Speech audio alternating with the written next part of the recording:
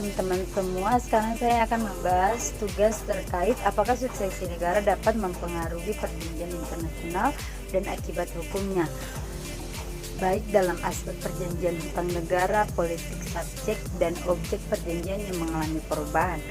Nah, yang pertama kita akan membahas mengenai pengaruh suksesi terhadap perjanjian internasional dan akibat hukumnya.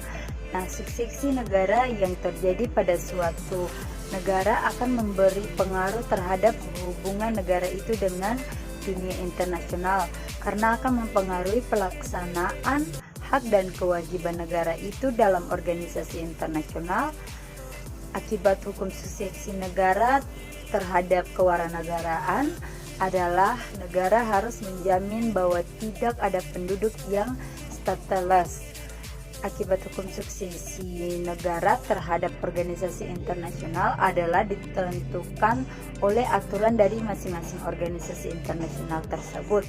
Suksesi negara tidak banyak memiliki pengaruh internal, tetapi juga mempunyai pengaruh eksternal. Konvensi Wina memberikan jawaban atas masalah suksesi negara. Baik, yang pertama yaitu dalam aspek perjanjian hutang negara. Masalah hutang negara merupakan hal sensitif pada saat terjadinya suksesi negara karena akan timbul potensi kerugian pada pihak ketiga yang berkedudukan sebagai kreditur atau predecessor state. Dalam hal terjadi suksesi negara dalam bentuk universal di mana sudah tidak ada lagi predecessor state karena terpecah menjadi dua negara atau lebih, maka negara baru yang berkedudukan sebagai successor state tersebut berkewajiban untuk membayar hutang negara ke predecessor state dengan prinsip pembagian yang dalil dengan menyesuaikan jumlah penduduk, luas wilayah, kekayaan atau sumber daya alam. Dalam hal ini terjadi suksesi dalam bentuk parsial di mana suatu wilayah memastikan diri dari negara yang menaunginya dengan menjadi negara sendiri atau bergabung dengan negara lain, maka successor state berkewajiban membayar hutang-hutang daerah yang melepaskan diri tersebut.